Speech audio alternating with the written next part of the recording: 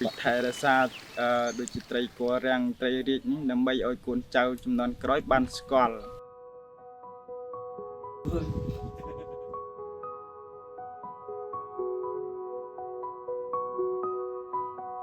ខ្ញុំជាអ្នកសម្របសម្រួលគម្រោង CEPS មួយសម្រាប់ការបង្កើតនៅ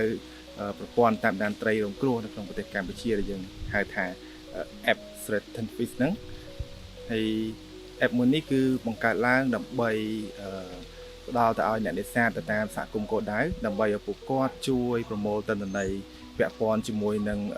របាយការណ៍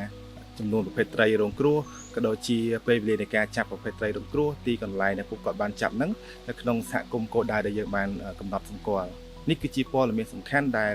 អ្នកនេសាទនឹងត្រូវបញ្ចូលព័ត៌មាននៅក្នុង app ហើយធ្វើការបញ្ជូនមកកាន់ក្រុមការងារនៃមហាវិទ្យាល័យជលផលនិងវិរិយកម្ម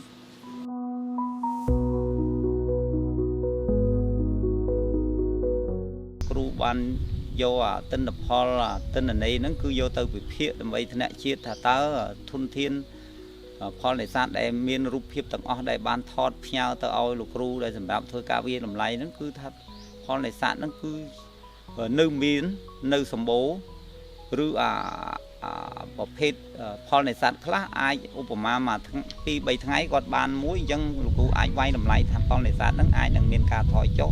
នៅក្នុងតំបន់របស់ខ្ញុំនឹងអញ្ចឹងអាចមានពង្រឹងនឹងការងារអភិរក្សធ្វើយ៉ាងណាឲ្យការអភិរក្សព្រមទាំងហាងរដ្ឋបាលជលផលនិងសហគមន៍នេសាទនឹងធ្វើយ៉ាងណាឲ្យ